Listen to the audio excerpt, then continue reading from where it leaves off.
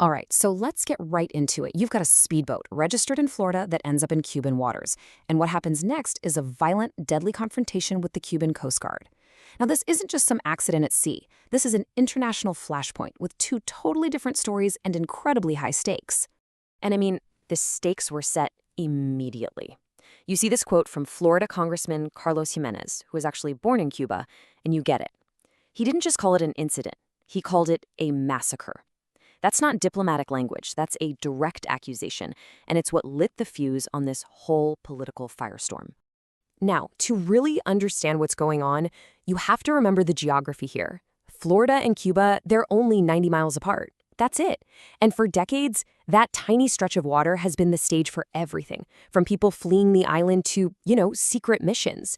It's always buzzing with activity, some of it legal and some of it, well, not so much. Okay, so you've got all these accusations flying back and forth, right? So let's just take a breath. Let's try to cut through all that noise and break down what we can actually truly confirm about what happened out there. We're going to strip away the politics for just a second and look at the hard facts. And when you boil it all down, the reality is, well, it's just grim. Look at these numbers. There were 10 people on that boat from Florida. 4 of them are dead. The other 6, they were injured and are now being detained by the Cuban government. And you have to remember, the Cubans are also reporting that one of their own people, a commander, was injured in all of this. These numbers, this is the tragic, undeniable heart of the story. So from that one set of facts, you get 2 totally different stories. I mean, polar opposites.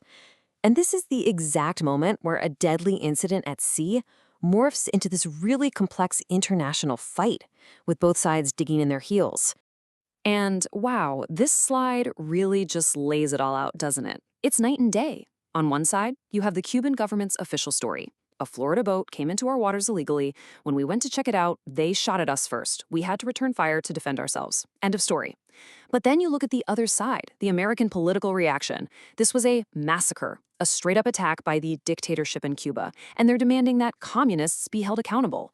One story is all about self-defense, the other is about unprovoked murder. So when you have 2 stories that are this far apart, the real truth is usually hiding in the details that we don't have. And believe me, there are some massive holes in this story, huge questions that need answers before anyone can really know what went down. And this is probably the biggest question of them all. Who were these 10 people? Seriously, what were their nationalities? Were they American citizens?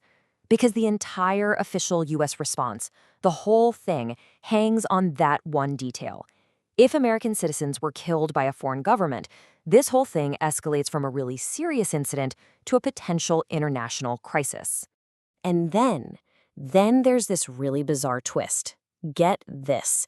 The owner of the boat, he doesn't report it stolen until after he's been told it was just in a deadly shootout off the coast of Cuba. I mean, that timing is, to put it mildly, super suspicious. It adds this whole other layer of mystery to what that boat was doing out there in the first place.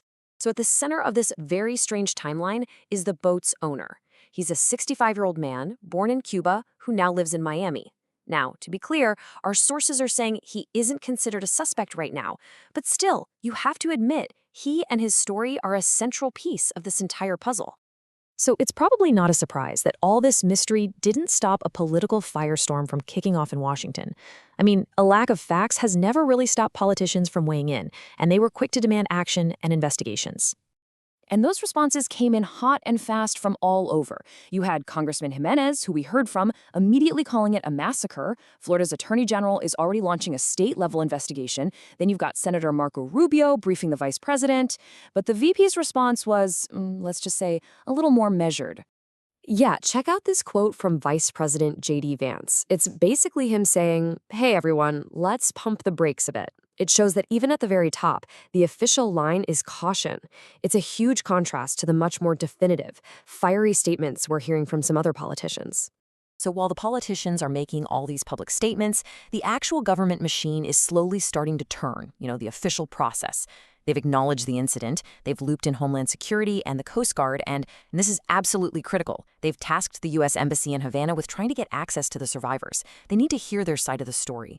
This is the slow, methodical, behind-the-scenes work of finding out what actually happened.